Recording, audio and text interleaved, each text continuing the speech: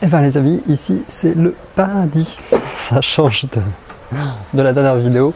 J'ai fui.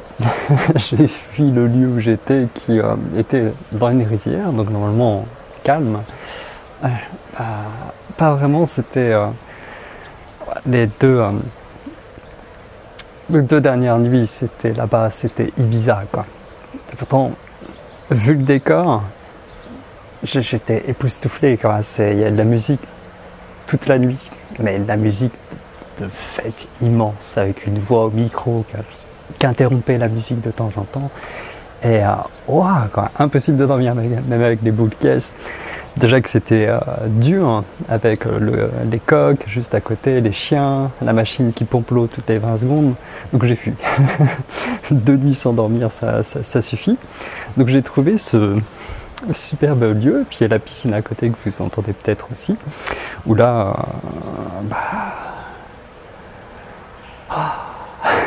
ça sent un peu plus les vacances. Même si je suis là pour m'entraîner, il faut quand même que j'ai un cadre un minimum agréable, parce que la pratique c'est dur en soi à tenir, surtout quand tu t'entraînes plusieurs heures par jour sur des années. C'est costaud quoi, c'est assez austère en quelque sorte. Donc là, ça fait du bien.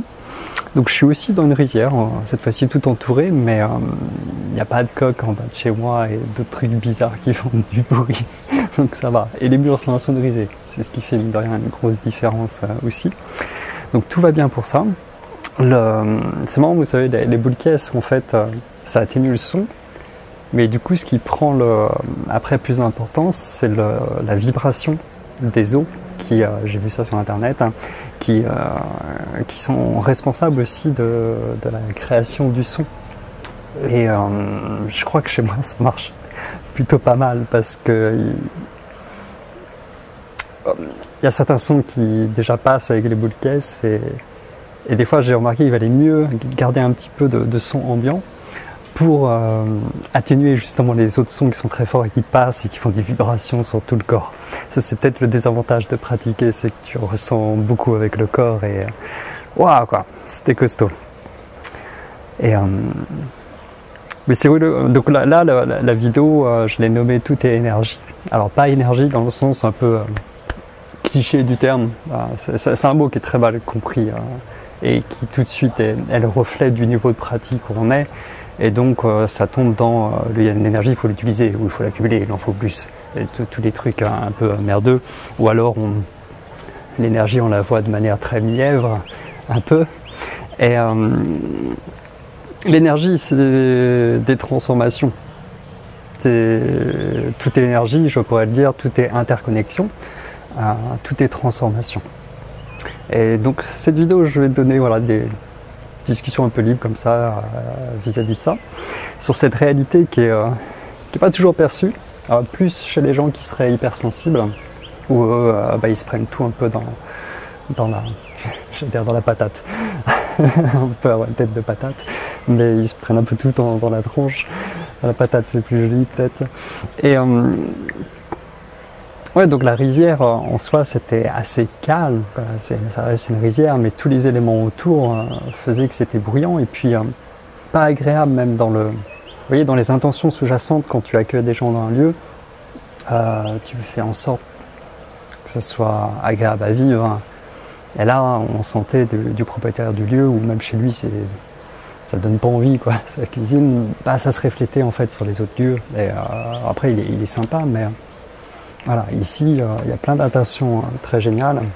Où, par exemple, il y a un livre, je crois que c'est ma vie à Bali, où il y a plein d'explications et des jolis petits dessins qui expliquent Bali, qu'est-ce que c'est, la culture, comment ils aiment, comment ils aiment aussi, mais comment ils nomment leurs enfants. Et c'est très instructif et je trouvais ça chouette d'avoir ça dans le lieu.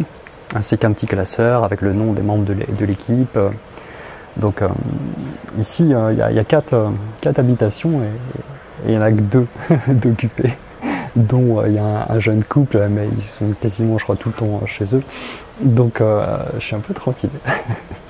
Et Et donc le lieu ici, je me suis tout de suite senti bien, quoi. C'est pas facile à trouver à Bali, les logements sont chers, quoi. Et, tu sais, pour vous donner un exemple, en plein centre-ville à Ubud, je crois qu'un hôtel au mois, tu peux en avoir un à 700 €, c'est un 28 mètres carrés, t'as pas d'eau potable, t'as pas d'eau chaude, bon, t'as une piscine, c'est cool, hein.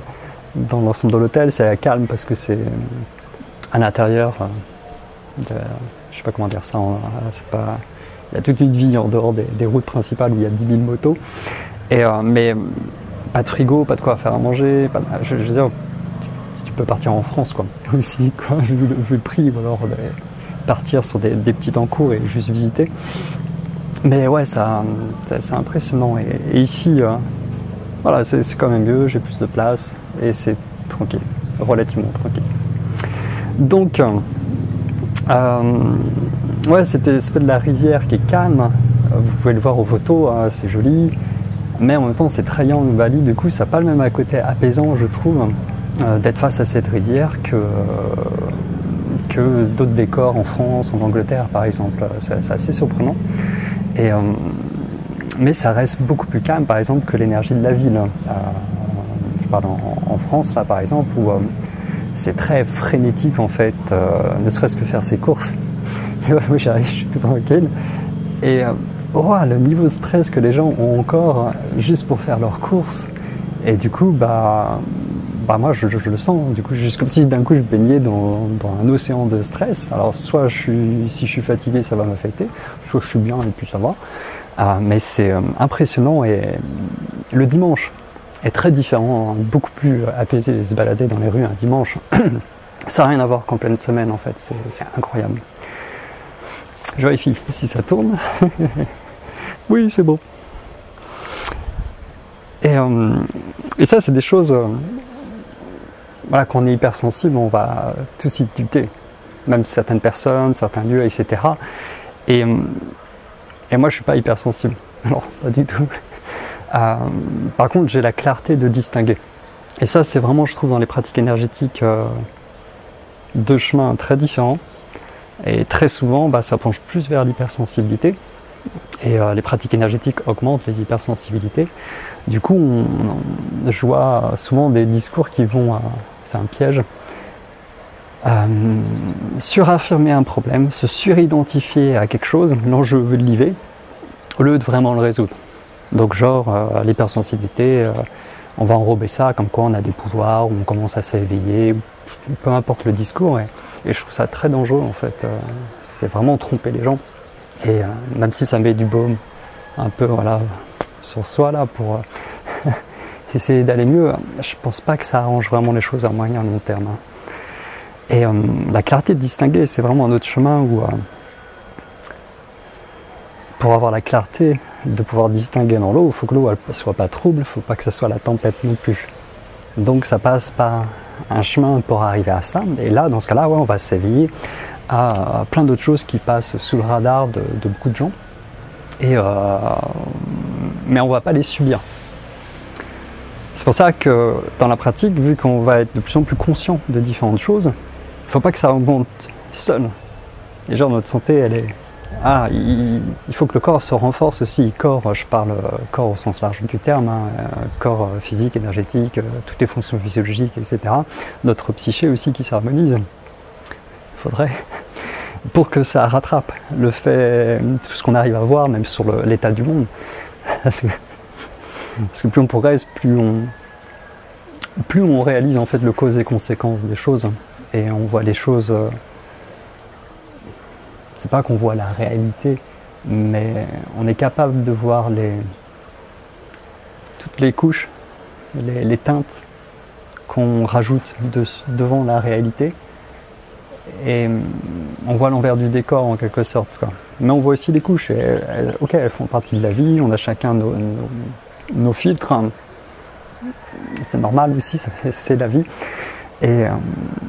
Mais ça peut être très brutal en quelque sorte de voir des choses telles qu'elles sont. Et il faut que la pratique elle soit équilibrée pour se renforcer à mesure d'harmoniser, d'apaiser et à mesure de conscientiser des choses.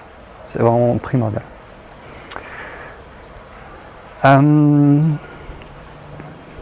J'ai pu faire 1 heure de marche, 1 heure de marche entre ce lieu et l'autre lieu. C'était assez sympa de voir les paysages et de passer par petits villages, des petits boui-boui, je sais pas comment dire ça, mais quelques habitations des fois, toutes seules. Puis après t'as un peu rien, la jungle, etc. Et Bali, c'est vraiment... c'est peut-être pareil aussi à d'autres endroits, je sais pas, mais je suis assez bluffé par les contrastes, pas que visuels, mais surtout énergétiques. Autant il y a des lieux plus ouverts au niveau de la jungle, etc. Donc il n'y a pas plein de détritus partout, ça c'est malheureux, mais c'est une réalité. J'ai une photo là-dessus, et la photo elle rend pas très bien. C'est assez impressionnant, tu es dans la jungle et tu vois une rivière de détritus, quoi.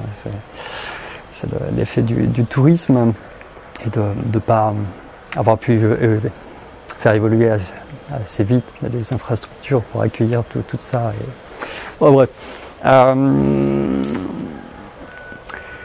Ouais, donc c'était sympa de faire cette marche. Et ouais, au niveau énergétique, il y a des coins qui sont... C'est assez terne en fait, c'est assez spécial. Déjà c'est yang, de manière générale, mais il y a des endroits, c'est très plat, très terre, mais très terne aussi. Et je vois le lien en fait avec le côté démon. Alors pas démon démoniaque, mais voilà, Bali c'est l'île des dieux et des démons. Il y a une histoire voilà, là-dessus, il y a une culture qui est liée à l'énergie présente au niveau de l'île aussi. Et ouais, il y a des lieux vraiment particuliers, en tout cas j'ai pas envie de vivre sur ces lieux-là, quoi. Et ouais, ça va pas me permettre de s'épanouir, d'éclore, quoi. Ça ramène tout vers le bas. Impressionnant. Et de voir l'ambiance entre les petits villages et puis la nuit à Ubud. Je suis allé dans un restaurant assez sympa. Je suis pas vegan, mais c'est un restaurant vegan, c'est hippie.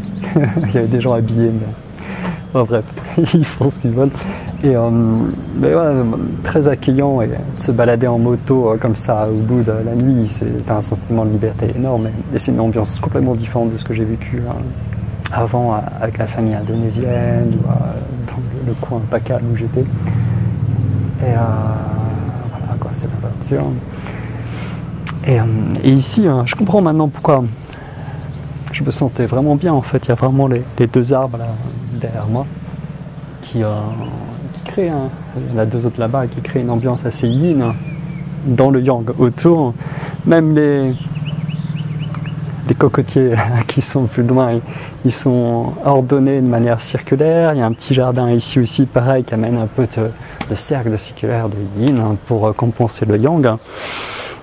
Il y a le petite plante dans le pot là à côté qui rappelle celui que j'avais dans ma petite chapelle à l'époque avant le Covid et toutes les interdictions. Et même le bruit de l'eau. Le bruit de l'eau, ça fait un petit fond sonore très calme qui apaise les sons au loin des chiens et des coqs. Il y en a partout sur cette île. Partout. C'est pas l'île la plus calme du monde. Et je sais maintenant pourquoi. J'ai vu dans le petit livre, en fait, il parle que le fait de faire du bruit aussi, c'est pour divertir et repousser les démons. Ils sont contentés et puis ils repartent, quoi. Et oui, donc cette ambiance vacances, elle est bien, en tout cas pour moi, pour mon entraînement, parce que j'ai tendance à tenir les choses. Il y a besoin, quoi, pour s'entraîner autant sur des années, il y a vraiment besoin de tenir. Mais si tu tiens trop, ça resserre trop et ça va empêcher les choses aussi de pouvoir s'épanouir. Donc là, ça m'a permis les premiers jours de m'ajuster à cette ambiance vacances. En plus, il y avait 2 jeunes qui eux étaient en vacances, donc moi j'étais là posé en assise de méditation et voilà, je réajustais un peu mon énergie interne pour que ce soit focalisé, mais voilà, pas trop, juste que ça soit un peu entre les deux, yin-yang. Et ça c'est aussi pareil, c'est un truc tellement important. C'est des petits trucs comme ça, mais en fait qui sont fondateurs Et au quotidien, la majorité des gens, on est tellement dans un brouhaha incessant, on ne sait pas distinguer qu'est-ce qui nous a affecté. Oh tiens là j'ai mal, je sais pas pourquoi j'ai mal. Alors qu'à mesure de clarifier les choses, on voit, ah bah là je me suis couché trop tard, plus il y a eu aussi cette nourriture qui n'était pas adaptée à ce moment-là, plus ça. Puis comme j'étais un peu fatigué, bah du coup bah, hop, ça m'a fait pencher vers la maladie. Ou alors j'étais un peu fatigué et puis bah, du coup j'ai corrigé le tir, je me suis reposé un peu, ça va, hop, c'est reparti.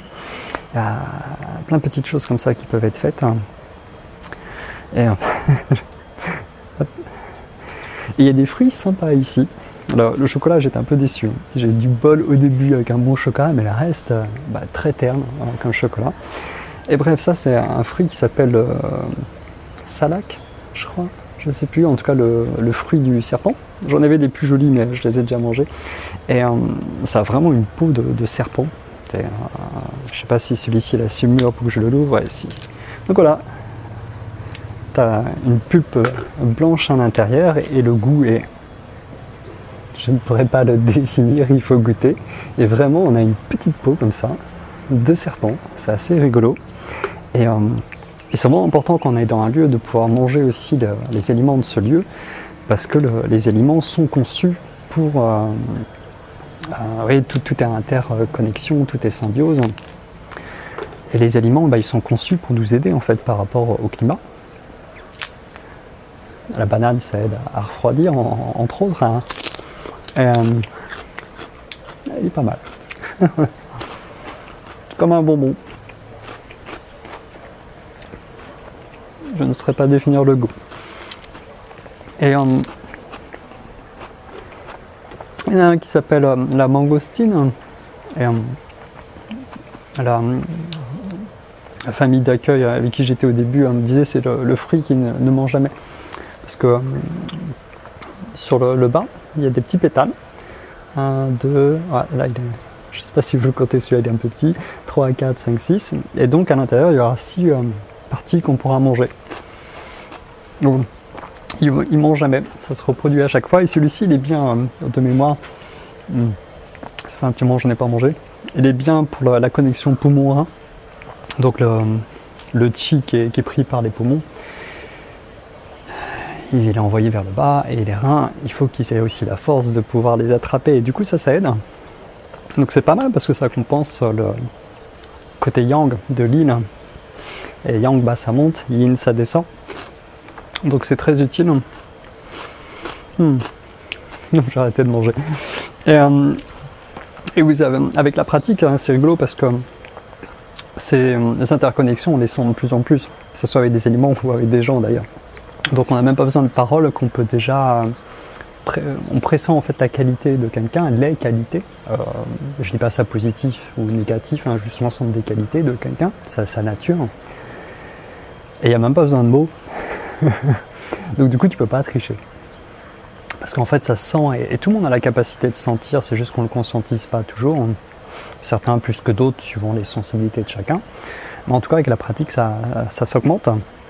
Et ça peut être très particulier quand tu es dans des circonstances par exemple de stage où tout le monde pratique beaucoup et tu rencontres des gens et tu as des affinités qui peuvent déjà être là dès le début. Par exemple, ça m'arrivait d'être très surpris en prenant, parce que des fois ils disent bonjour en prenant dans les bras, des fois il se passe rien, mais des fois tu sens l'énergie de l'autre, il y a les deux énergies qui se rencontrent en fait, c'est assez beau. Et des fois il y a des super complémentarités d'énergie, mais pour autant tu connais pas la personne, quoi. Et il y a quand même besoin de ce rapport bateau à la matière, au temps. Bateau en quelque sorte, hein, c'est beau aussi, mais voilà, là, c'est briser les frontières en fait, mais il y a quand même besoin de cet aspect où les choses doivent prendre son temps. Ça peut être un peu frustrant, hein, parce que c'est beau, mais il faut le temps aussi aux choses. Voilà. Faut pas se laisser aveugler du coup par ces sensations-là, parce que ça veut rien dire.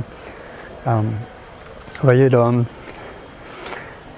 flamme jumelle, âme sœur, tous ces trucs-là. Bon, c'est cool et puis ça existe, hein. Mais après on mystifie tout de suite le truc, hein.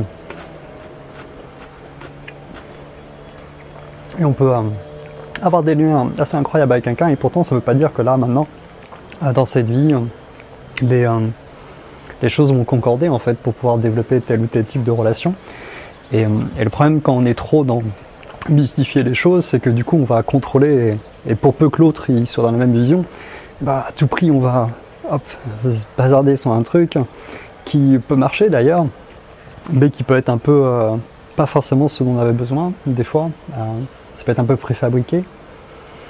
Et après si ça marche et que c'est génial, tant mieux. Hein. mais la vie c'est un peu le bordel.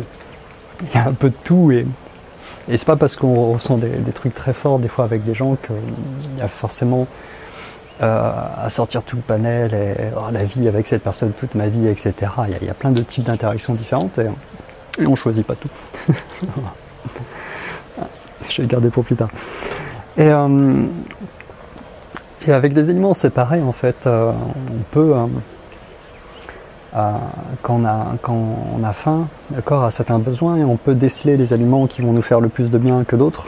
Après, vous voyez, il faut avoir cette capacité de distinguer, à pas être guidé vers le sucre, quoi.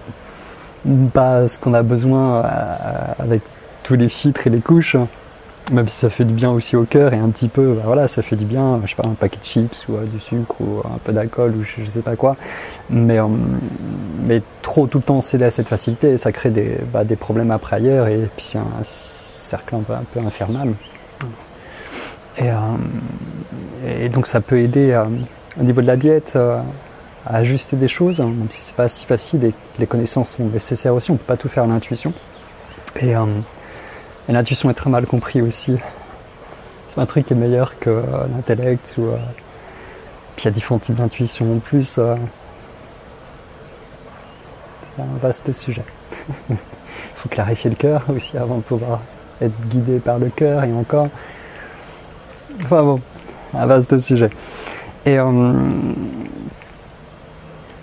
ouais, pour la petite anecdote d'ailleurs sur ce côté-là de déceler ce que les aliments apportent, par exemple, je me rappelle les sandwichs dans les aires d'autoroute, comme le truc c'est tout plat, quoi. Ils sont tout blancs. Il n'y a pas de vitalité en fait, et donc ça ne peut pas t'apporter de la vitalité. Je veux dire, tu as besoin de matériaux de construction, il faut qu'ils soient de bonne qualité, sinon tout s'effondre. Et d'autres aliments, par contre, c'est en plein. Et le meilleur exemple que j'ai là-dessus, c'est dans une cave à vin en fait d'un restaurateur que j'aimais beaucoup ce qu'il faisait en fait sur Besançon, parce qu'il avait vraiment une spécificité à lui, et il n'avait qu'un, quoi. Et bon, il a dû arrêter avec les dernières années. Et oui, sa cave à vin, mais j'étais stupéfait par ses vins en fait. J'étais guidé vers la plus chère, celle qui était la plus ample. Et en fait, j'avais la possibilité de distinguer, sans boire, juste en regardant la bouteille, de sentir quelle interaction ça faisait avec moi, et de voir quel type de vin un peu c'était. Et j'avais la confirmation avec son discours où lui, voilà, il avait le vocabulaire, je connais que dalle. Et c'était très intéressant ce chassé-croisé de vérifier, ou avec d'autres alimentations, il suffit d'ouvrir un livre de diététique chinoise où tu vois, tiens, cet aliment-là, il va aider les poumons, là, il entre dans tel circuit énergétique, etc. Là, ça aide à ci, et tu compares ça avec ton ressenti. Et comme ça montre que c'est pas que du vent, quoi. Tu expérimentes par toi-même et tu vérifies les connaissances qui ont été amenées. Là, ce que j'aime bien avec la médecine chinoise, c'est qu'en fait, c'est impossible d'inventer ça sans avoir un très haut niveau de pratique.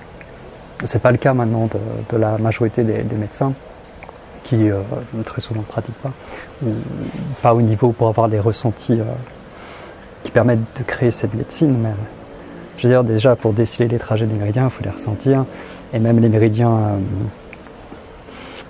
plus profonds, pas ceux qu'on voit sur les planches avec le monture qui sont un peu plus à la surface et plus faciles à sentir, mais les autres on peut les sentir aussi. Et du coup, comment ils ont décelé ça? Parce que même en disséquant quelqu'un, tu les vois pas. Et avec la pratique, on retrouve ces trajets. Sans les connaître, voilà, je veux dire, après. Moi, ma démarche a été beaucoup de ne pas faire la course au savoir, à tout lire, etc. Bah, juste pratiquer. Et quand quelque chose apparaissait, je vérifiais. Et là, je faisais, dis pas des conneries en fait. Et ça, j'aime bien ce chemin-là. Pareil, quand on accumule trop de savoir et la pratique, elle ne suit pas, ça nous permet de faire plus de savoir, plus de possibilités de comparer, juger, etc. Et en fait, c'est juste tu renforces ton ego en quelque sorte. Et une forme de prétention, parce qu'en fait, tu as plein de savoir, tu connais plein de trucs, mais c'est pas incarné, c'est pas intégré. Et du coup, ça peut qu'amener des problèmes, en fait, des frustrations aussi, enfin plein de choses pour la psyché qui vont pas être bonnes. Et il faut vraiment que le savoir, il vaut mieux qu'il n'y en ait pas beaucoup, mais que ça soit, voilà, avec la pratique également. Pareil, ça c'est un truc ultra important. Et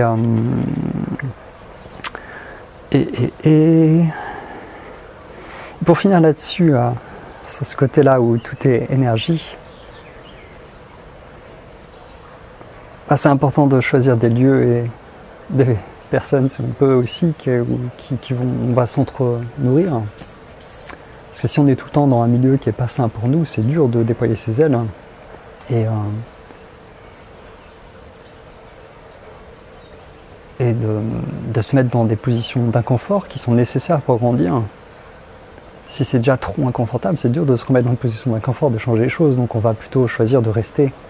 Là ça peut être un gros piège, ça, et qui est pas facile à sortir. Il faut à la fois se donner des coups de pied au cul et saisir les occasions extérieures qui peuvent nous aider aussi, ou aller vers des gens qui peuvent nous aider. Et par rapport à la nourriture, qu'est-ce que je voulais dire par rapport à ça? Les olives me manquent, Biocop me manque aussi. Me faire des crêpes aussi, ça me manque. Et oui, quand on mange, c'est important du coup de prendre le temps. Mais quand on est déconnecté du subtil, on ne prend pas le temps. On fait une balade et on s'arrête, on prend une photo et puis hop, on y va tout de suite, quoi. On ne se met pas dans le lieu. Je veux dire, on y va, c'est parce que c'est censé être un lieu chouette. Je sais pas, t'as une cascade, t'as la forêt, une belle vue. Et est-ce qu'on prend le temps de se laisser transformer par ce lieu? Ou est-ce qu'on y va, on a fait la photo et hop, tout de suite on part? C'est très 2D, c'est très superficiel. Hein. Et le problème, c'est quand on va pas voir, bah, du coup, on va pas prendre ce temps, quoi. Donc c'est comme si on était un peu aveugle à toute une facette de la réalité, qui est très réaliste. Hein. L'énergétique, c'est très réaliste. C'est pas des licornes et compagnie. En tout cas, tel que je pratique, que le mental peut enrober les choses de belles images. Mais du coup, c'est à moitié... il y a une part de réalité et une part de mystification. Et c'est trop bancal pour pouvoir faire quelque chose avec, je trouve, et c'est pas bon pour la santé physique et psychique. Hein. Mais sinon, la pratique, elle est très très réaliste, très viscérale presque, enfin corporelle, quoi.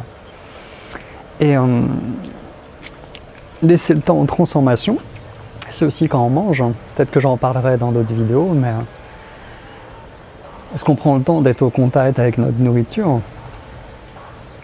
Est-ce qu'on mange rapidement? Est-ce qu'on mange en regardant la télé? Donc nos facultés cognitives, elles sont engagées ailleurs, émotionnelles, cognitives, hein, au lieu d'être là, présent avec ce qu'on mange.